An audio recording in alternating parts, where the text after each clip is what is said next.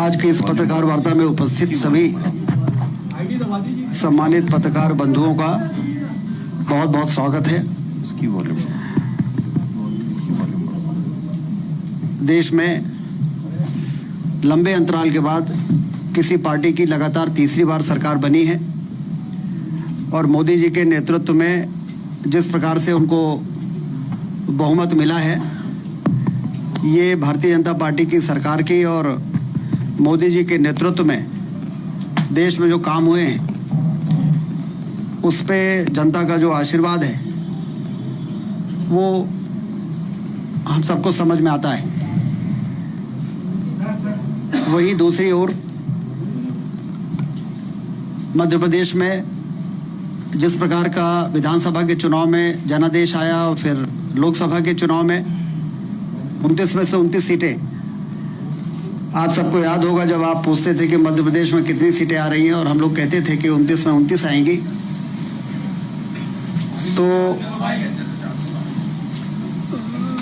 आप लोग भी भरोसा नहीं करते थे। लेकिन हम लोगों को इस बात का भरोसा था कि जमीन में जिस प्रकार से केंद्र सरकार की योजनाएं, राज्य सरकार की योजनाओं ने लोगों के दिल और दिमाग में सुशासन जो भारतीय जनता पार्टी का रहा है उससे जो एक विश्वास पैदा किया है, उससे निश्चित रूप से हम सबको आशीर्वाद मिलेगा। और विधानसभा में 163 सीटें और फिर लोकसभा में 29 में से 29 सीटें, ये दर्शाता है कि मध्य प्रदेश अब भारतीय जनता पार्टी का गढ़ बन चुका है। अभी मध्य प्रदेश की सरकार ने, डॉक्टर मोहन यादव जी की सरकार ने जो बजट प्रस्तुत किया और जो पारित हुआ है उसमें 3,65,000 करोड़ का बजट पिछले बजट से 16% ज़्यादा इस संकल्प के साथ पारित हुआ है कि आने वाले 5 वर्षों में हम मध्य प्रदेश की बजट की साइज को बढ़ाकर दोगुना करेंगे। इसका मतलब कि 5 वर्ष बाद जब हम बजट पेश करेंगे तो 7 लाख करोड़ से ज़्यादा होगा।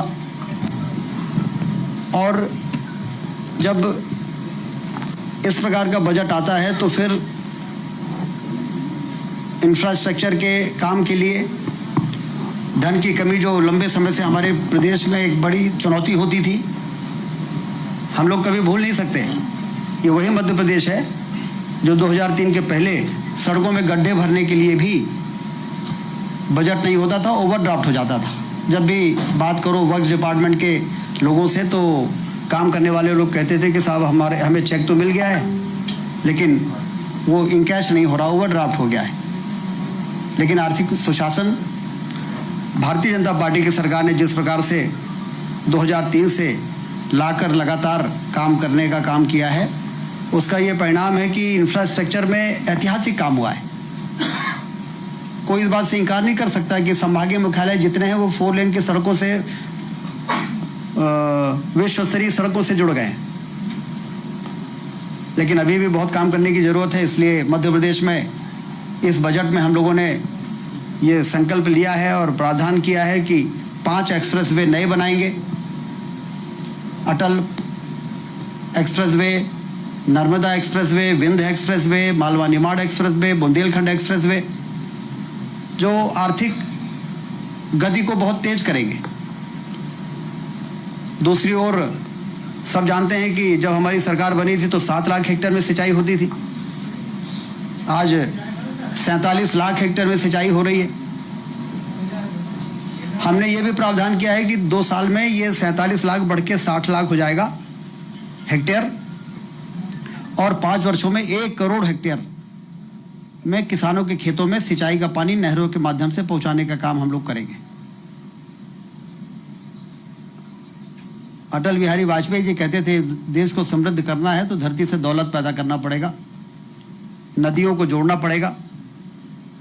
हमारे देश में कई जगह बाढ़ आ जाती है तो कहीं सूखा रहता है। जहां बाढ़ आती है वहां पानी को रोक के और जहां सूखा है, पानी की कमी है, वहां पे उस पानी को पहुंचा के हम इस देश में हरित क्रांति लाएं। धरती से दौलत किसान पैदा करेंगे तो उनकी परचेजिंग कैपेसिटी बढ़ेगी, खरीदी बिक्री बढ़ेगी तो मैन्युफैक्चरिंग बढ़ेगी, बाजार में रौनक आएगी। ये किसान समृद्ध होगा तो देश समृद्ध होगा, बहुत पुराना नारा है। लेकिन किसान समृद्ध कैसे होगा, इस दिशा में गंभीरता से यदि किसी ने काम किया तो मोदी जी की केंद्र सरकार ने और मध्य प्रदेश की सरकार ने इस दिशा में बहुत तेजी से काम किया और मध्य प्रदेश को तो कृषि कर्मण अवार्ड लगातार 6 बार मिला। जो पहले कभी पंजाब हरियाणा को मिला करता था वो अब मध्य प्रदेश को मिलना शुरू हो गया है और इसलिए यही सही दिशा है। इस दिशा को मानते हुए डॉक्टर मोहन यादव जी की सरकार ने आने वाले 5 वर्षों में 1 करोड़ हेक्टेयर में सिंचाई का पानी पहुंचे, इसके लिए बजट में पर्याप्त प्रावधान किए हैं।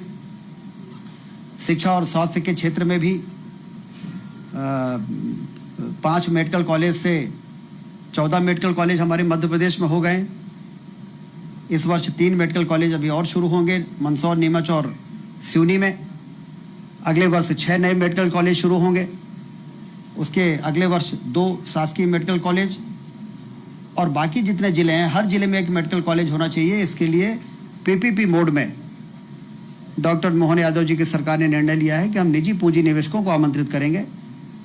तो 9 जिलों के पीपीपी मोड के टेंडर भी हमने निकाले हैं। लोग आएंगे, मध्य प्रदेश में निवेश करना चाहते हैं कई क्षेत्रों में, तो मेडिकल के क्षेत्र में भी निवेश करें और शुरू में हम अपने जिला अस्पतालों को उससे अटैच करेंगे, बाद में अपने हॉस्पिटल बना के और उसको आगे बढ़ा सकते हैं। आयुष्मान योजना के अंतर्गत कई हम इस प्रकार से स्वास्थ्य के क्षेत्र में नए प्रयोग कर रहे हैं। 4 करोड़ से ज़्यादा आयुष्मान कार्डधारी हमारे मध्य प्रदेश में है। ये मोदी जी की 5 लाख रुपए तक के मुफ्त में इलाज करने की योजना का ये परिणाम है कि हेल्थ सेक्टर में भी एक नई क्रांति आई है। प्राइवेट सेक्टर के लोग अस्पताल खोल रहे हैं जो आम आदमी को राहत दे रहे हैं। दूर दराज इलाकों के भी हॉस्पिटल्स हैं, क्योंकि हमारे देश में अपना इलाज कराने वाले नागरिकों की संख्या ही इतनी कम थी कि अस्पताल और स्वास्थ्य का क्षेत्र कैसे आगे बढ़ सकता था। लेकिन मोदी जी ने ऐतिहासिक काम किया कि रिक्शा चलाने वाला, ठेला धकाने वाला, खेतों में मजदूर करने वाला 5 लाख रुपए तक का हेल्थ सिक्योरिटी कवर लेके चल रहा है। और अस्पताल चलाने वाले लोगों को मालूम है कि गरीब आदमी जरूर है, लेकिन अस्पताल अपना इलाज कराने के लिए सक्षम है और उसके कारण तेज़ी से स्वास्थ्य के क्षेत्र में हॉस्पिटल्स बढ़े हैं। ये भारतीय जनता पार्टी की सरकार की नीति का ये परिणाम है कि इस क्षेत्र में एक क्रांतिकारी बदलाव हुआ है। आने वाले दिनों में इसको और आगे ले जाने की योजना है। 70 वर्ष से ज़्यादा लोगों को, चाहे वो गरीब हों, चाहे वो मध्यम वर्गीय हों, चाहे वो अमीर ही क्यों ना हो, लेकिन 70 वर्ष से ज़्यादा हैं तो उनको भी आयुष्मान कार्ड में 5 लाख रुपए तक का मुफ्त में इलाज देने की सुविधा देने का ऐलान केंद्र की सरकार ने किया है। तो हमारे जो बुजुर्ग हैं, जो कभी कभी सोचते हैं कि बच्चे से भी अपने इलाज के लिए पैसा मांगने में जो संकोच करते थे, अब उनके जेब में भी आयुष्मान कार्ड रहेगा और वो कहीं भी बड़े से बड़े अस्पताल में जाके अपना इलाज करा सकेंगे। और अभी पिछले दिनों हमने जो संविदा कर्मी हमारे यहाँ हैं, आशा कार्यकर्ता हैं, सहायिका हैं और पंचायत सचिव हैं, रोजगार सहायक हैं, इनको भी 2 दिन पहले ही आदेश जारी कर दिया है कि उन सबको 5 लाख रुपए तक का आयुष्मान कार्ड से इलाज कराने की सुविधा दी जाएगी। शिक्षा के क्षेत्र में CM rise school 150, 1500 CM rise school, एक सीएम राइज स्कूल के इंफ्रास्ट्रक्चर और रिकरिंग और नॉन रिकरिंग कार्यों में खर्च के लिए, और उसमें 10 किलोमीटर तक के बच्चों को वाहन से लाना और पहुंचाना, क्वालिटी एजुकेशन जिस तरह से प्राइवेट पब्लिक स्कूल्स में होता है, उसी प्रिंसिपल पर मध्य प्रदेश की सरकार ने फैसला किया कि हम सीएम राइज स्कूल बनाएंगे, फिर दूसरे चरण में उसको और बढ़ाएंगे और सामान्य आदमी जो सरकारी स्कूल में पढ़ते हैं उनको हम क्वालिटी एजुकेशन देने की व्यवस्था करेंगे। क्योंकि एजुकेशन यदि समान है तो सभी को आगे बढ़ने का पर्याप्त मौका मिलता है। लेकिन जो सक्षम लोग होते हैं वो तो बड़े बड़े स्कूलों में अपने बच्चों को भेज सकते हैं, पढ़ा सकते हैं, लेकिन गरीब आदमी तो सरकारी स्कूल में भेजता है। तो सरकारी स्कूलों की स्थिति बेहतर होनी चाहिए, पुरानी मांग है। उन सब चीज़ों को ध्यान में रखते हुए ये एक बड़ी अच्छी शुरुआत है। इसी प्रकार से डॉक्टर मोहन यादव जी ने पीएम कॉलेज ऑफ एक्सीलेंस हर ज़िले में एक जो हमारा सरकारी कॉलेज है उसको हम उस लेवल तक ले जाएंगे जैसे IIT होता है, IIM होता है, उच्च स्तर के जो हायर एजुकेशन के जो सेंटर्स हैं उस लेवल पर ले जाकर उसको हम स्थापित करें। तो PM 14 तारीख को हमारे गृह मंत्री अमित शाह जी आ रहे हैं जो इंदौर से करेंगे और पूरे प्रदेश के जितने भी जिलों का एक कॉलेज का चयन किया गया है उसको PM Shri college of excellence के रूप में उसकी शुरुआत होने जा रही है। तो एजुकेशन हो, हेल्थ हो, इन सभी क्षेत्रों में हमने तय किया है कि हमारे जो सामुदायिक स्वास्थ्य केंद्र हैं वो जिला अस्पताल के लेवल पर आएँ। जिला अस्पताल में डायग्नोस्टिक से लेके सर्जरी से लेके सारी व्यवस्थाएं होती हैं, तो इसलिए वहाँ पर जितनी व्यवस्थाएं उससे ज़्यादा मरीज आते हैं, क्योंकि कम्युनिटी हेल्थ सेंटर में अभी बहुत कुछ सुधार करने की आवश्यकता थी। हम लोगों ने एनालिसिस किया मुख्यमंत्री जी के निर्देश में क्या कमी है कि हम अपने ब्लॉक लेवल पे जो जैसे मध्य प्रदेश में 350 सामुदायिक स्वास्थ्य केंद्र हैं उसको हम उस लेवल पर ले जाएं कि वहाँ सर्जरी भी हो, एनेस्थीसिया वाले भी रहें और रेडियोलॉजिस्ट भी रहें, मेडिसिन के भी स्पेशलिस्ट रहें, गायनी के भी रहें। तो इसमें जो गैप निकल के आया कि हमें लगभग 2500 डॉक्टर चाहिए और आउटसोर्स के लोग चाहिए 15-16 हज़ार, पैरामेडिकल स्टाफ चाहिए। तो इस बजट में मुझे आपको बताते हुए खुशी हो रही है कि पहले चरण में 18,000, दूसरे चरण में 10,000, ऐसा करके 40,000 तक स्वास्थ्य कर्मियों को डॉक्टर मिला के भर्ती करने की तैयारी हमारी है। और जो ग्रामीण क्षेत्रों के स्वास्थ्य केंद्रों में स्टाफ की कमी के कारण स्वास्थ्य सुविधाएं प्रभावित हो रही थी उसको भी ठीक करने का संकल्प लिया गया है और उसके लिए बजट का प्रावधान किया गया है। हेल्थ का बजट 34% बढ़ा है मध्य प्रदेश में। मेडिकल एजुकेशन और हेल्थ डिपार्टमेंट को एक कर दिया गया है, जिससे आपस में कोऑर्डिनेशन की जो कमी होती थी उससे स्वास्थ्य सुविधाओं में बेहतर करने में जो देरी होती थी उसको भी ठीक कर दिया गया है। तो इस बजट से आप ये देखेंगे कि चाहे वो इंफ्रास्ट्रक्चर हो, चाहे वो हेल्थ सेक्टर हो, चाहे वो एजुकेशन का सेक्टर हो, चाहे वो निवेश का क्षेत्र हो, मध्य प्रदेश निवेश के मामले में अब देश में सबसे प्रेफर्ड डेस्टिनेशन के रूप में देखा जाने लगा है। ये पिछले 15 वर्षों में जो रोड शोज हुए हैं, इन्वेस्टर समिट हुआ है, उससे मध्य प्रदेश की बड़ी मार्केटिंग हुई है। एक और हमने मार्केटिंग की, एक तरफ हमने बिजली की सप्लाई सरप्लस पावर स्टेट बनाया, इंडस्ट्रियल एरिया के डेवलपमेंट किए, लैंड बैंक्स बनाए और हमारी जो पॉलिसी है इंडस्ट्रियल पॉलिसी उसको हमने ऐसा अट्रैक्टिव बनाया है कि लोग मध्य प्रदेश की ओर आकर्षित होना शुरू हो गए हैं। ये वाल्वो जैसा प्लांट 6 प्लांट इंदौर और यहाँ मिला के 5 यूनिट लगाना कोई ऐसे ही नहीं हुआ है। इसके लिए उनको समझ में आया है कि मध्य प्रदेश में न सिर्फ बिजली की कमी नहीं है, पर्याप्त पानी है, पर्याप्त ज़मीन है, लॉ एंड ऑर्डर भी अच्छा है, शांत प्रदेश है, लॉजिस्टिक्स के मामले में भी सेंट्रली लोकेटेड है। यदि हमारे यहाँ लैंड लॉक्ड स्टेट है, यदि हमारा ये माइनस पॉइंट था कि हम समुद्र के किनारे नहीं हैं, तो हमारा प्लस पॉइंट भी ये था कि हम सेंट्रली लोकेटेड हैं। तो लॉजिस्टिक्स के मामले में अपने प्रोडक्ट को देश के किसी कोने में ले जाने में सबसे बेहतर लोकेटेड प्रदेश है।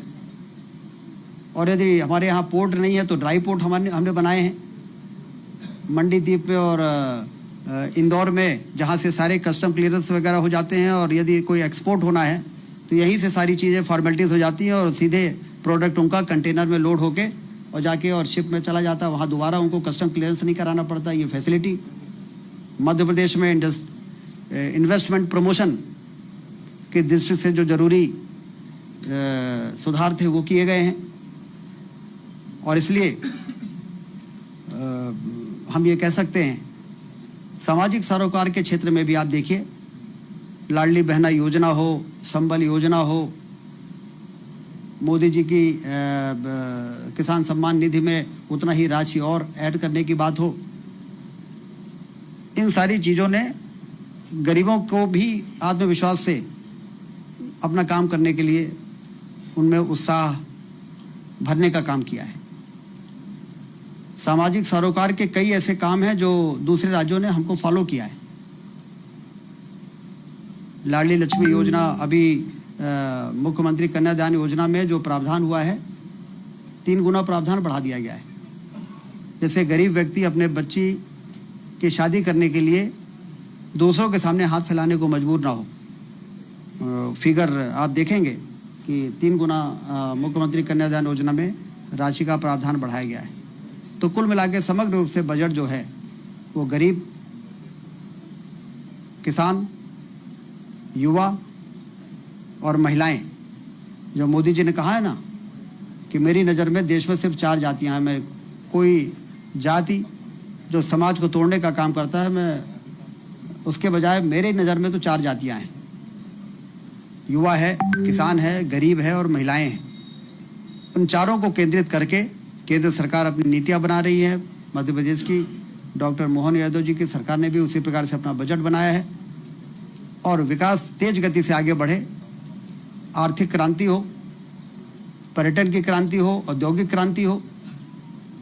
पर्यटन की क्रांति के लिए पीएम श्री जो हेली और वायु सेवा शुरू हुई है, तो आप पता करेंगे कि रीवा से जबलपुर से, भोपाल से जबलपुर और रीवा होते हुए सिंगरौली की जो अभी 1 दिन प्लेन चल रहा है, उसमें 2-2 महीने की बुकिंग है, एडवांस बुकिंग है। तो मैंने मुख्यमंत्री जी से कहा है कि अब इसको 3 दिन करिए और फिर इसको डेली करिए। ये टूरिज़्म की इतनी संभावनाएं हमारे मध्य प्रदेश में है। 3 मतलब इतने नेशनल पार्क हैं हमारे यहाँ और वाटरफॉल्स हैं हमारे यहाँ। इन सारी चीज़ों को ध्यान में रखते हुए पीएम श्री ये पर्यटन की क्रांति हो और एयर एम्बुलेंस और शव वाहन, ये भी मैं आपको बताना चाहता हूँ कि इसके लिए भी बजट में प्रावधान किया गया है। अब आपने देखा होगा कि एयर एम्बुलेंस शुरू होने के बाद गरीब आदमी जो 1000 रुपये भी अफोर्ड नहीं कर सकता है अपने इलाज के लिए, परिवहन के लिए, उसको फ्री में प्लेन से हम एयरलिफ्ट करके भोपाल और बड़े अस्पतालों में पहुंचा रहे हैं और ऐसे ही शव वाहन भी हम शुरू कर रहे हैं। तो इस प्रकार से ये बजट जो है ये गरीबों के, किसानों के केंद्र में रखते हुए बजट बना है और दूसरी ओर इंफ्रास्ट्रक्चर में तेज गति से काम हो और एक रोबस्ट इंफ्रास्ट्रक्चर मध्य प्रदेश में निर्मित हो। उस दिशा में जो काम चल रहे थे उसको अपने मुकाम तक पहुंचाने वाला ये बजट है। यही सब जानकारियां देने के लिए आज आप सबको यहाँ पर बुलाया गया है। बहुत बहुत धन्यवाद। धन्यवाद भाई साहब। इसके बाद प्रश्नोत्तर के लिए आप अपने हाथ उठाएं। सबसे पहले योगेन जी। सर, आपने स्कूल एजुकेशन की बात करी, जिसमें सीएम राय स्कूल की आपने बात की, अच्छा इंफ्रास्ट्रक्चर तैयार कर रहे हैं, सारी चीजें कर रहे हैं, लेकिन अगर आप उसके डेटा पे जाएंगे और आप पता करेंगे तो बहुत सारे ऐसे डिस्ट्रिक्ट छोटा क्वेश्चन योजना लेकर के आए थे कि बच्चों को बस से स्कूल तक पहुंचाया जाएगा, लेकिन वहाँ पे अभी तक बस की सुविधा नहीं दी गई। ठीक। एक सवाल सर पूरा हुआ है, से लेकर के 10 ऐसे जिले हैं, आपकी रिपोर्ट ये कहती है कि करीब 10 जिलों के 552 स्कूल ऐसे हैं जहाँ पे मिड डे मील शुरू नहीं हो पाया। थैंक। सीएम राय स्कूल का जो आपने बात कही, अभी बिल्डिंग्स भी बन रही हैं। अब टीचर्स का तो रिक्रूटमेंट हो गया है, जिस लेवल के टीचर्स को लाने की जो क्राइटेरिया बनाया गया था, और बाकी चीज़ें अंडर प्रोसेस है। तो अभी ये पूरी तरह से आने वाले महीनों में आपको देखने को मिलेगा। गोविंद जी, एक मिनट राज। योगेन भाई रुको ना। हाँ ठीक है, गोविंद जी। अभी आपने एक्सप्रेस वेज की बात की थी, उसमें सिंगरौली में एक अधिकारी और दलालों के बीच एक गठबंधन एक्सपोज हुआ है। रातों रात 2500 मकान बना दिए गए कंपनसेशन की तरफ के लिए। उसकी कोई जांच आप कर पाएंगे अधिकारी? रेलवेज में कि हाईवे में? प्रयागराज से सिंगरौली, तो उसमें ज़्यादा यूपी का एरिया होगा।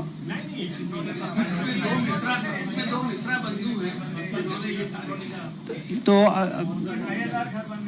देखिए, आप ये निश्चिंत रहें कि इस प्रकार से यदि कोई गलत तरीके से मुआवजा लेने की कोशिश करेगा तो न सिर्फ उजागर होगा बल्कि उनको सजा भी मिलेगी।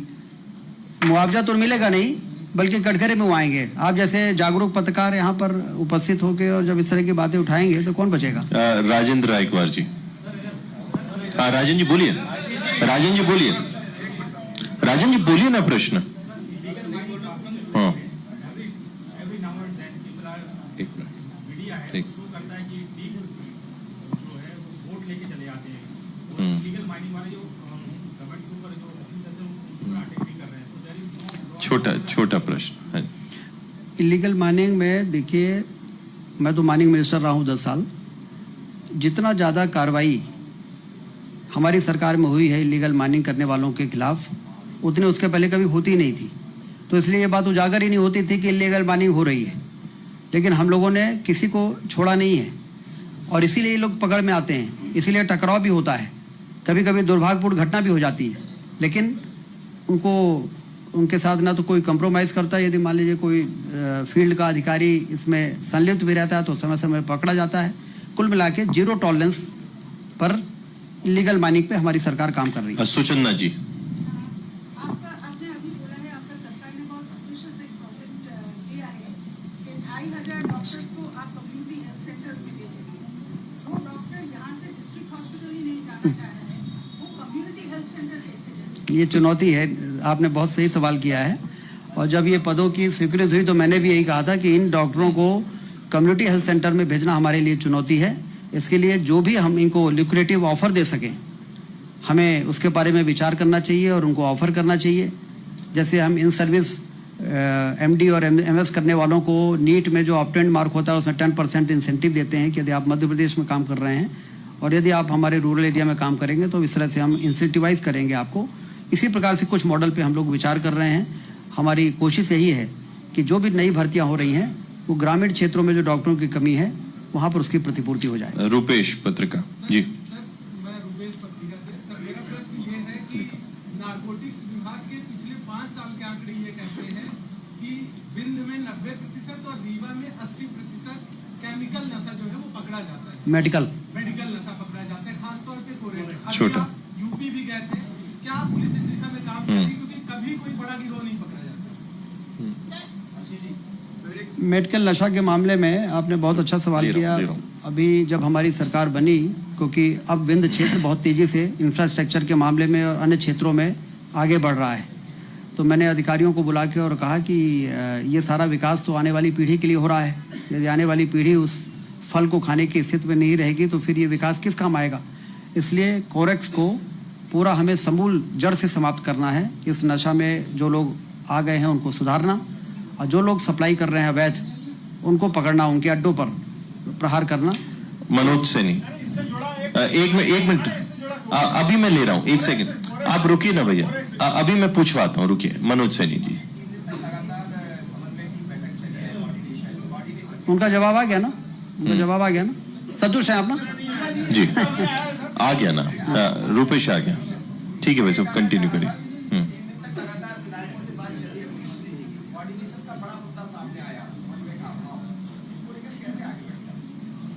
हमारे यहाँ तो ये समन्वय संगठन और जनप्रतिनिधि के बीच में समन्वय के लिए लगातार हमारी बैठकें होती हैं। यदि कहीं कुछ गैप है, कमी है, उसको हम लोग दूर करते रहते हैं। सब मिलके एक मिशन के लिए काम कर रहे हैं। मिशन हमारा है हिंदुस्तान को नंबर 1 का देश बनाना और मध्य प्रदेश को नंबर 1 का राज्य बनाना। और उस मिशन के अंदर समन्वय के बीच में बैठ के हमारी एक रूटीन प्रोसेस है। प्रिंस कुछ प्रश्न यहाँ से ले लिए, रुकिए नरेश जी। प्रिंस पूछो, जल्दी पूछो, आइए प्रिंस। हाँ आप बैठो, जब पूछा जाएगा।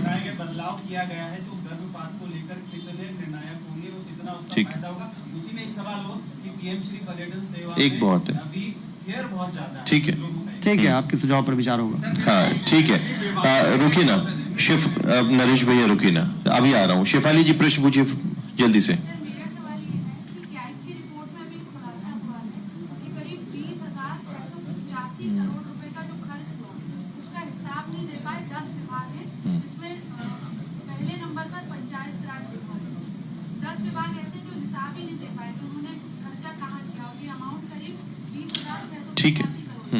ठीक है, उस पर ली जाएगी।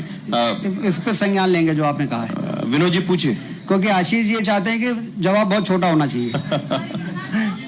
विनोद जी जल्दी पूछिए। शिफाली जी हो गया ना? हेल्थ और मेडिकल एजुकेशन का अलग डिपार्टमेंट है, उनका जो अलग बजट था बजट में चलिए, बजट में बढ़ोतरी हुई। बजट में बढ़ोतरी हुई। अमृतांशी, अमृतांशी एक मिनट रुकिए भाई साहब, उस तरफ चलिए। हरिओम, हरिओम बैठो भाई साहब, अमृतांशी का प्रश्न आएगा। ये हो जाए। अमृतांशी, हरिओम, हरिओम आप हाफ ले रहा हूं अभी। अमृतांशी लो, जल्दी लो। इधर आ रहा हूँ, इधर से लेते हैं, 2 प्रश्न लेते हैं। हाँ, शिक्षा सरकार प्रोवाइड करने की कोशिश करेगी। कृषि क्षेत्र से जुड़ी हुई शिक्षा आप लोगों ने आदेश में जारी किए कि महाविद्यालय खोले जाएंगे। अभी प्रदेश में जहाँ कृषि शिक्षा चल रही है वहाँ पर कोई भी गाइडलाइन के अनुसार नहीं काम हो रहा है, ना फैकल्टी है, ना लैब्स है, ना वो जमीन है 15 हेक्टेयर की जहाँ पे प्रैक्टिकल होना चाहिए। तो किस तरीके से करेंगे? प्रावधान है, सब किए जाएंगे। ठीक है, इसमें कृषि मंत्री जी से चर्चा करके फिर आपको सारी जानकारी दी जाएगी। चलिए, एक मिनट, हरिओम एक मिनट, दीदी, हरिओम दीदी का प्रश्न होने रहा। हरिओम, हरिओम दीदी का प्रश्न होने कर रहा। लीजिए तो शांत हो जाएंगे। हाँ। हरिओम, हरिओम, हरिओम, हरिओम, हरिओम बैठो जरा। दीदी आप प्रश्न पूछो। अरे दीदी आप प्रश्न पूछो। हरिओम, चलिए कोई बात, चलिए पूछिए। जैसा आप कहेंगे करेंगे। हाँ ठीक है, दीदी पूछिए, आइए दीदी। हाँ चलिए ठीक है।